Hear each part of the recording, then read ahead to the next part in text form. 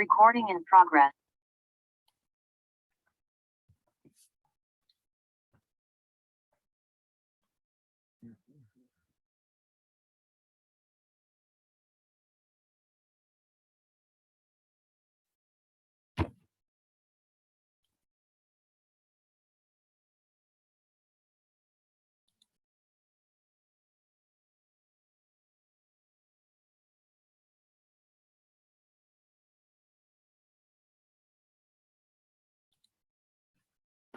Can you hear me?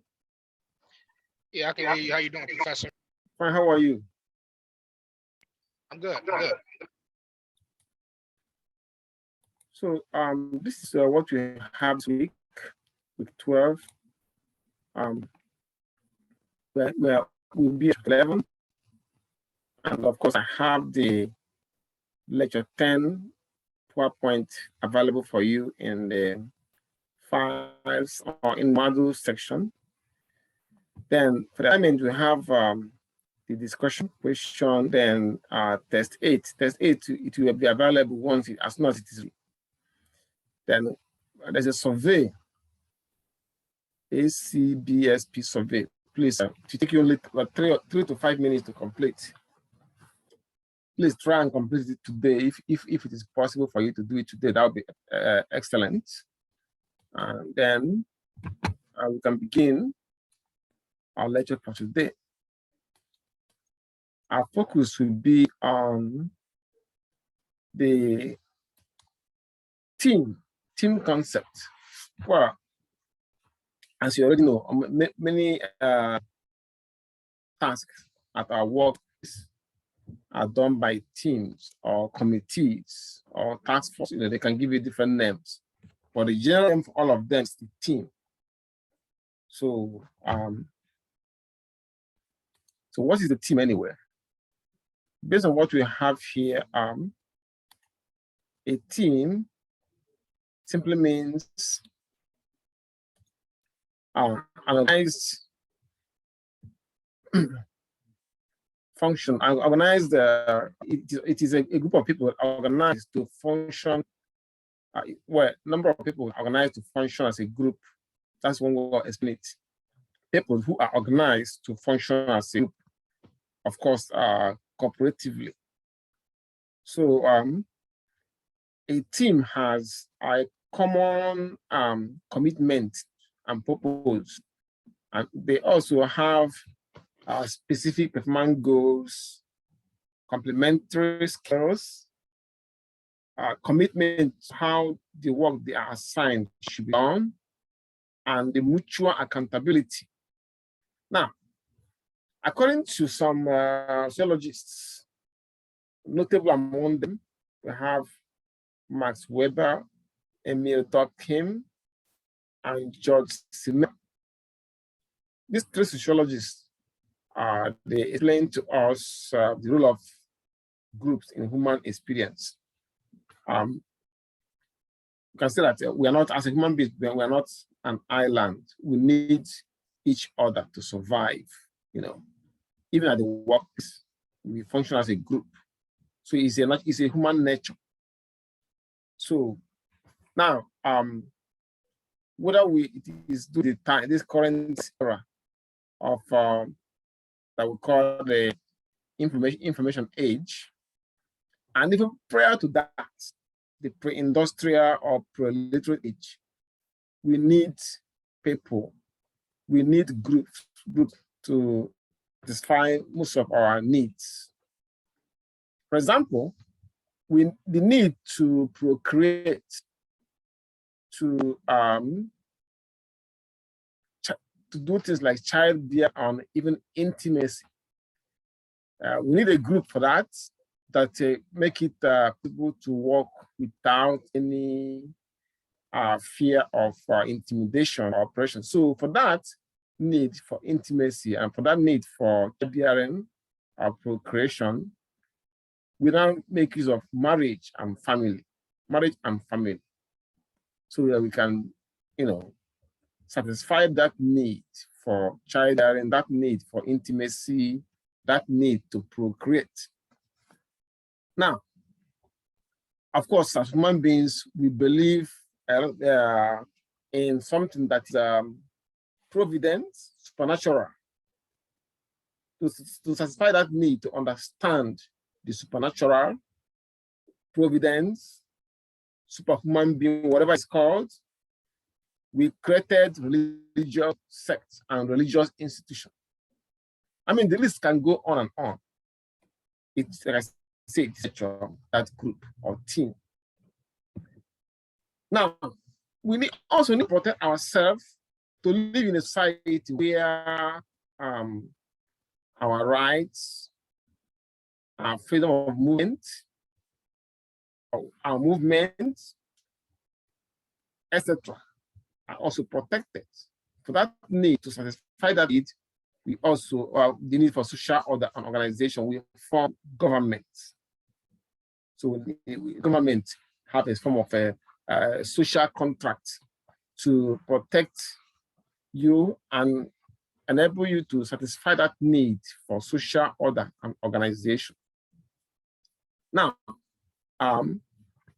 as human beings, we also have this need to improve our intellect, that need for education, and to satisfy that, we have schools. The need for protection in general, protection from intimidation, protection from molestation, protection from somebody taking our territory, etc. We now created the law enforcement and also the armies.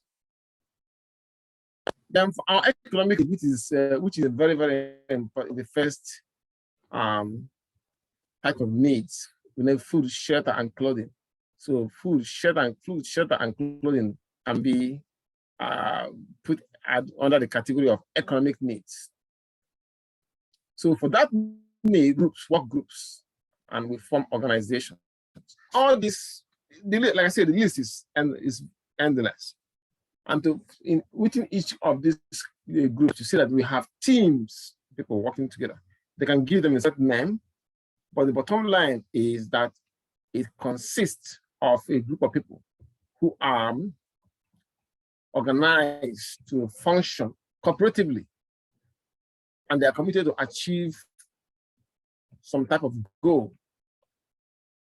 So, for the bottom line is also that individuals are willing to give up certain liberties and even resources, so long as they will be gaining services not provided on their own. So that's why we pay taxes, so that to the government, so that they provide us with some of the things that we need, which we may not be able to provide for ourselves individually. Now, group and teams. Let's look at a slow history of how it all started.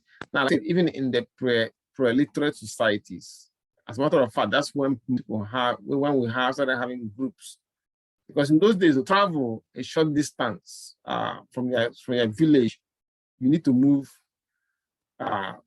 in groups so that the marauders or the robbers or kidnappers will not, be a problem.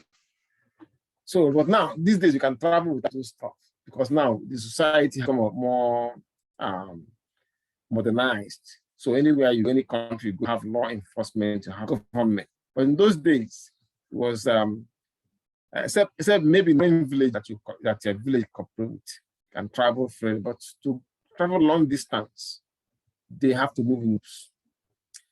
Now, in the workplace, you have something similar. We call them teams or groups. And the group dynamics in the workplace, and of course, the role of the as a team, as a group leader, leader as the team builder. You have a very long, it didn't start today or this year. It started a long time ago. So as a matter of fact, it began when the human relations movement, the modern type of team or group become more popular during the time of human relations movement in the 1920s and 1930s. So then it was seen as a form of effort that were featured to balance individual efforts that are emphasized in a concept that is also popular then, a concept that is called scientific management.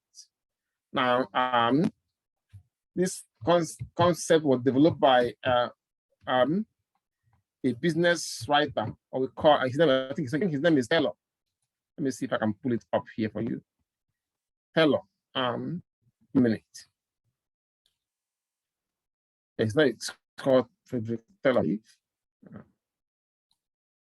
So well, make it big here to see. So the concept was formulated by Frederick Taylor. Under the scientific management, you have it that management that it is much used scientific thought to analyze most of the tasks we do at the production sites, or to analyze most efficient production processes. In order to, the end then was to increase productivity. So it is one of the concepts that are popular in today. So in the 1920s and 1930s, which is the era of human relations movements began, the formal study of group now was known as a form of collaborative effort that are featured to balance the individual efforts that are emphasized in the scientific management theories. Now, the few key points are this. In the 1940s and 1950s, the focus was on sensitivity training and T groups, and of which are basically pointing towards the development of interpersonal skills, skills that we use to relate with their fellow workers and even customers too. And in the 1960s, which is the era of organizational development, now the team leadership and leadership effectiveness now began to take root. So next is the I hope you can see this. Yeah, you can see that. So this is followed by the 1970s and 1980s, when the many Western countries we are facing competition from Japanese firms. So now this induced them to, or I would say this ignited in their interest on the concept of participative management, employee involvement, and quality management through the use of teams. So by the 1990s and year 2000, now the focus shifted into what was called high performance teams. So these are the teams that are really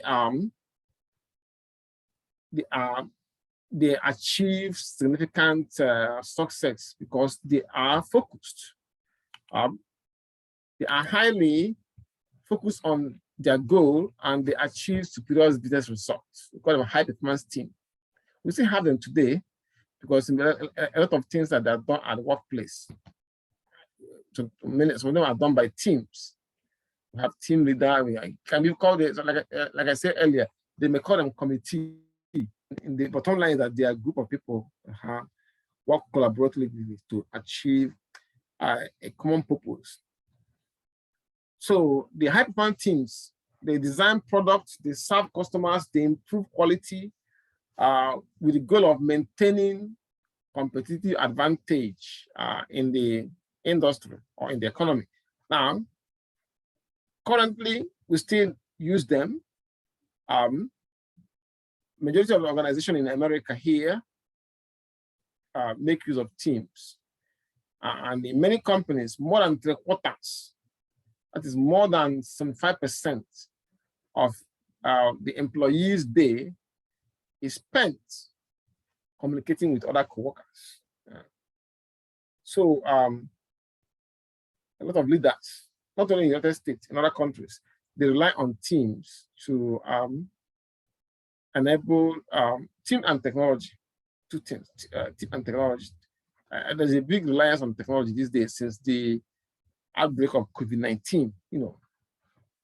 But the bottom line is this, the leadership success require an understanding of group features, group behavior, and also the ability to tap into that constructive power of teams. Constructive power of teams. Now, this leads us to the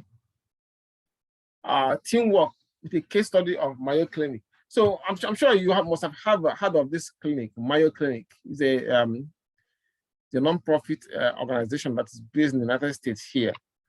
And their main focus is on integrated healthcare, education, and research. They believe so much in teams. They believe in that, the best way to put it is this. Now, they rely so much on teamwork, and they believe that good medicine, effective medical care or health care has a lot to do with teamwork. So, in fact, their belief in teamwork and how they use a lot of teams makes some people to begin to have the notion that many well-renowned physicians or clinicians may not fit into their, their work method, because of the fact that they really don't believe in one person being a star doctor or star professor or star clinician. Everything is a teamwork. I mean, and it's working for them. So the clinic have employed more than 42,000 people at various locations, and also they shun the star system in favor of the team concept. So they only attract doctors or healthcare providers that see the practice of medicine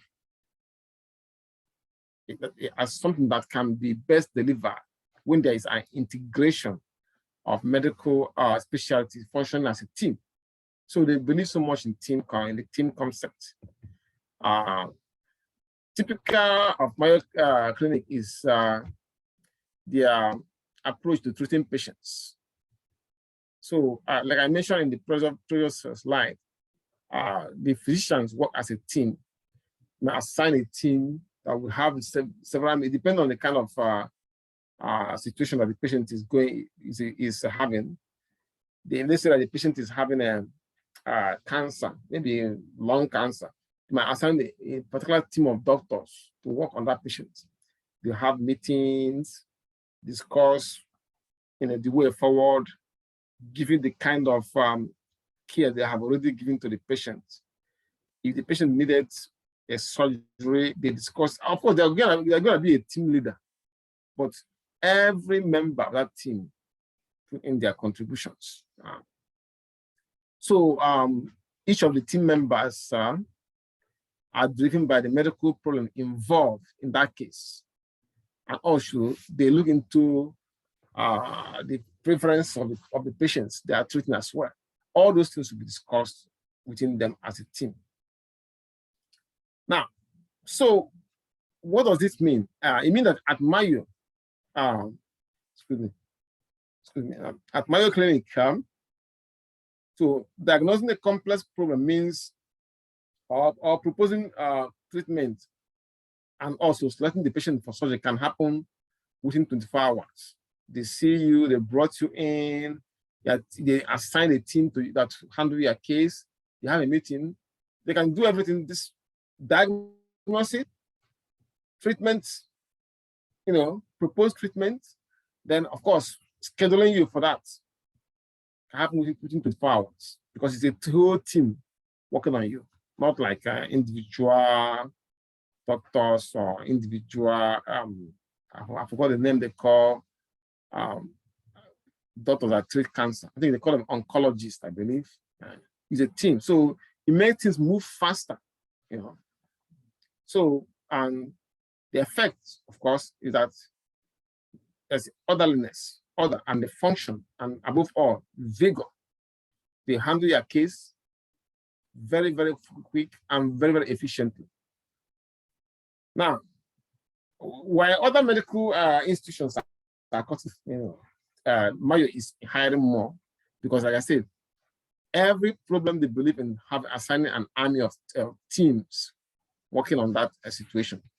So this is not a case of too many cooks spoil the broth. This is actually a case of putting different heads together to attack the illness from different fronts. You know. And I mean, it made them very efficient and popular. Any question for now? Any question before we proceed?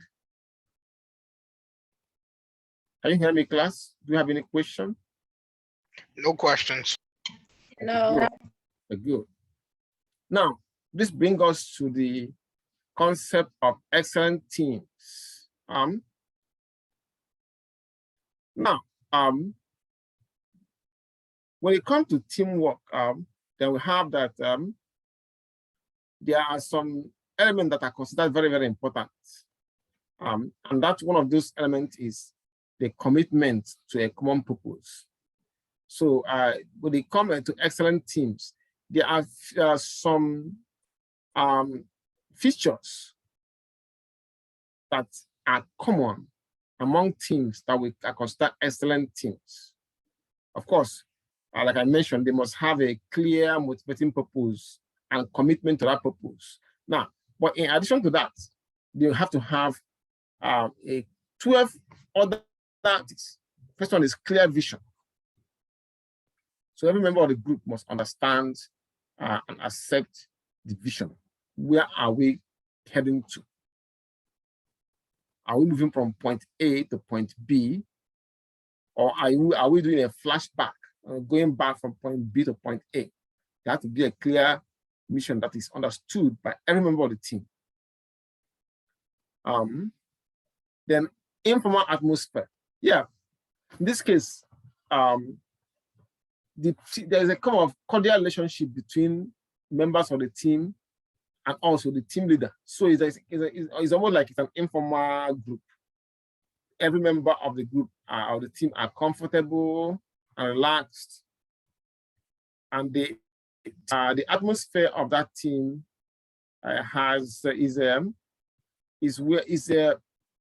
it makes everybody involved and interested. The kind of working atmosphere they have there.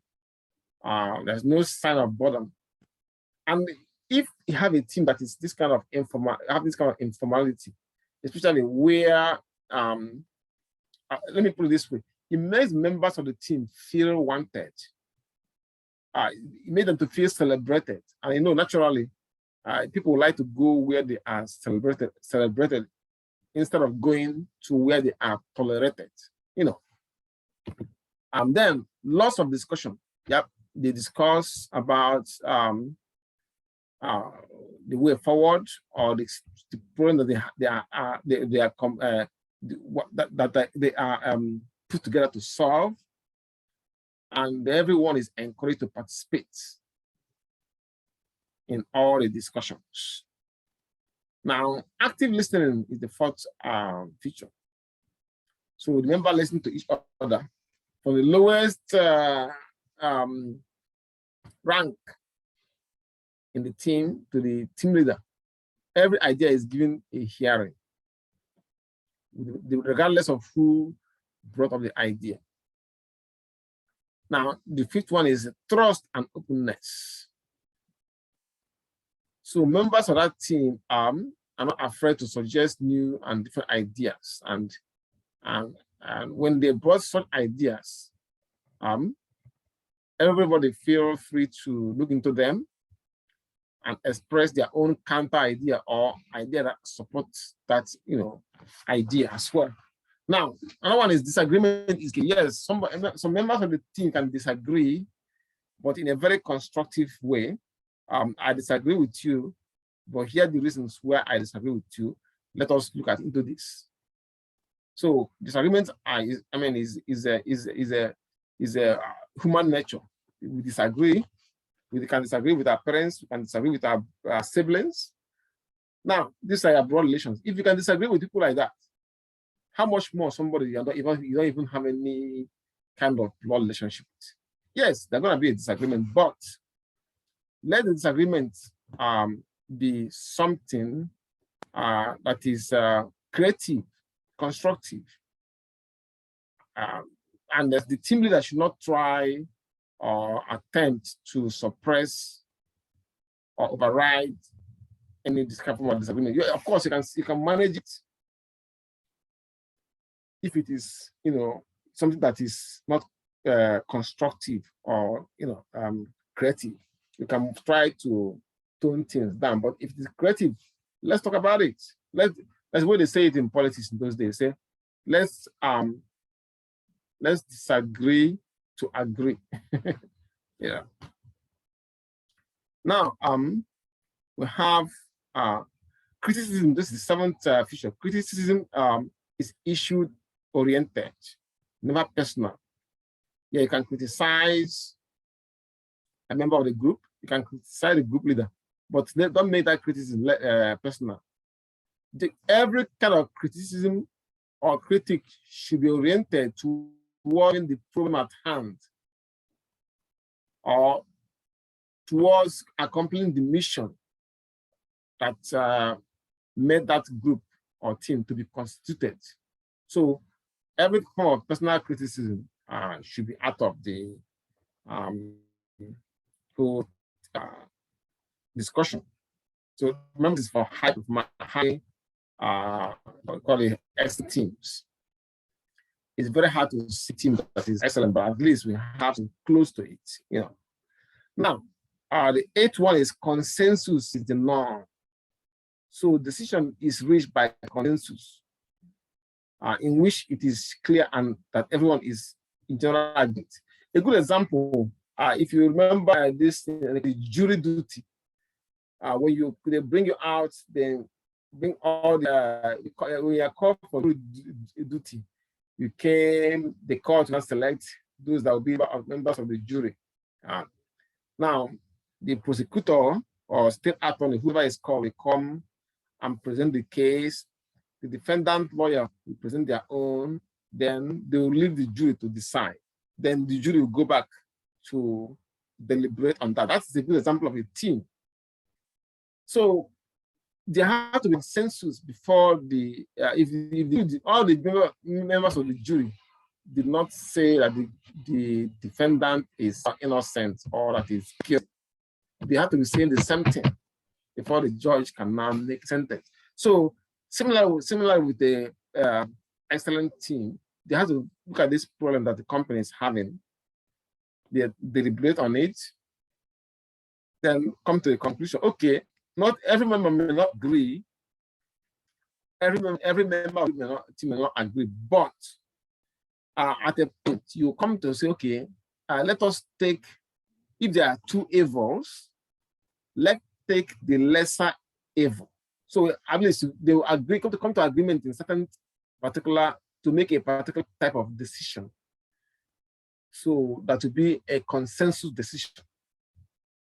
So so that is what I mean by consensus in the norm. Now, I'm going to come to that consensus is they can say, okay, let us vote on it. Let us use the vote. Majority will now carry the vote. Now, majority of assignments. Yep, the group is a form of the action plan after they have come to a consensus that this is the right direction to go. Then every group member will now become informed of what they will do to follow that direction and achieve their goal. So whatever action taken, clear assignment and accepted by the group. So they know what they expect from that. Yeah. The next is commitment to people. As a matter of fact, I 12. It's 10 features. commitment, I mentioned it before. Every member are committed to achieving that goal. So I change this to 2, not 10. Meeting to 10. 10, not 12. Okay, 10. All right. Now we can see teams as it applies to the organization. Team as it applies to the organization. Now, we have when it comes to organization or business, not from profit, government, organization, we see a team as a means, as a group of people brought together to use their complementary skills to achieve a common purpose. Now, and for those people that want to achieve common purpose, they are collectively accountable. So whatever the outcome that will come from that goal that they achieved or that purpose that they have in the, they are all accountable. So that means that they have a sort of a collective responsibility. So in other words, the real teamwork. Now, when we say real teamwork, what we are referring to is what we are trying to say is that the team members accept to live up to their collective accountability by working together, so that all their skills are best used when it comes to achieving the goal of the team. Their goal might be, okay, we want to make sure that let's say that this is a company that is involved in let's say it's a restaurant, for example. It's okay. We want to increase sales from 5% to 7%. So that they already have a quality. If it's a big restaurant, they already have good products, good sandwiches, good meal, you know, but they want to sell.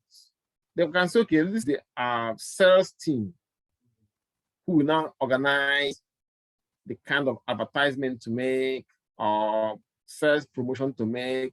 And usually they may have a time frame, 6 months, to do this and see the impact on sales.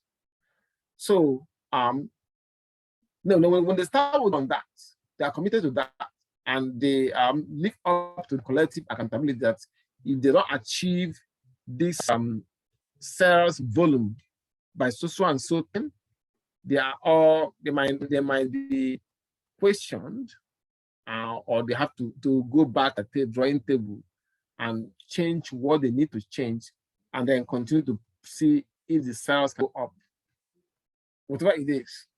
So that kind of thing that accept and live up to their collective when the team live up to this collective accountability and undertake some of these projects or tasks with respect to achieving their goal of raising sales from 5% to 7%. We say that it is a real teamwork. Now, teams also achieve what they call synergy. Synergy. What is the synergy? I'm going to explain in a minute. Synergy is when an organization. Give me 1 minute. Let me put this on the screen so you can see it. Okay, I'll type it here. Yeah, it's a very important word in management or concept in management. They said the combined power, profit, etc., that can be achieved through organization or two group of people working together instead of working separately. I'll give you many examples. Let's say that a bakery bought a wheat farm, and they combine their operations. The result becomes they have the same product that they make that everybody likes at a well-reduced price. They push both profits and sales up.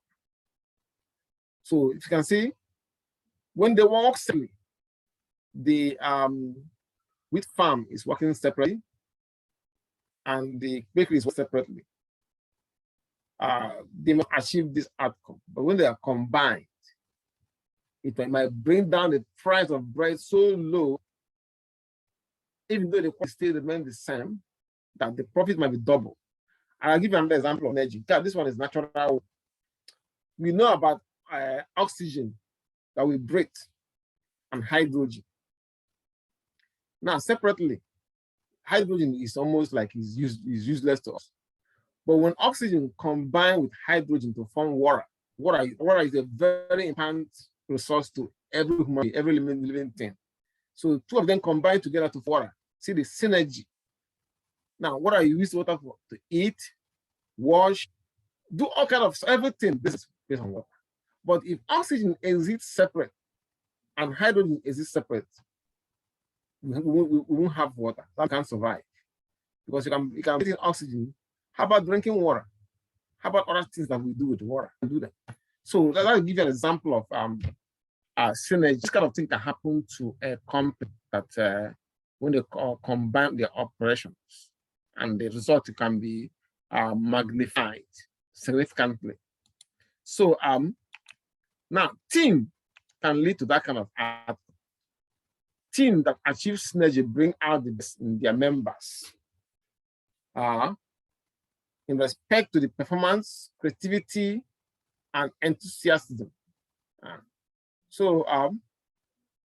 Now, as we know, everybody knows that it's not always easy to get that kind of outcome from a team. First of all, the team must have a good leader. And then the team will also have some of the features or characteristics we discussed earlier about what excellent team have. Because we know that there are teams that did not perform very well, and they didn't form, and the result becomes very disastrous. It can be a team, forgone team, it can be a business team, it can be anything. I'll give you an example.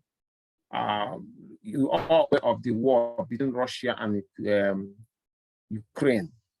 Now, Russia, being a world power, thought that they can push everybody around, and they can, within 48 hours, they will decapitate the leadership of Ukraine and give over the country.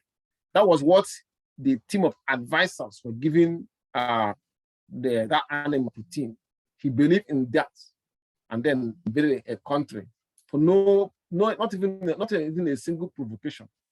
Now, a country that doesn't have much, they are fighting almost with their bare hand, yet they were able to stop a world war. Because of what? They have a team of advisors that gave the wrong advice, did not check everything very well. They thought that they are impregnable. But now they have a small country that have nothing except that they are motivated. They get the same message, they get the same motivation, they have the same belief, and they're able to stand this country. The only thing Russia have succeeded in doing is to destroy infrastructure and attack civilians. They cannot face Ukraine and in combat. So this is an example how it can affect a team that's a good team, or that it does not do the right assessment. If they have assessed the team properly, we wouldn't be where we are today in this war. They would not have invaded Ukraine in the first place. Anyway, I think you get the point. We have less than 1 minute rush to be timed out. Please, we are timed out. Wait for 10 minutes and log back in so that we can continue from where we stopped. Okay. Okay. All right. So I see you in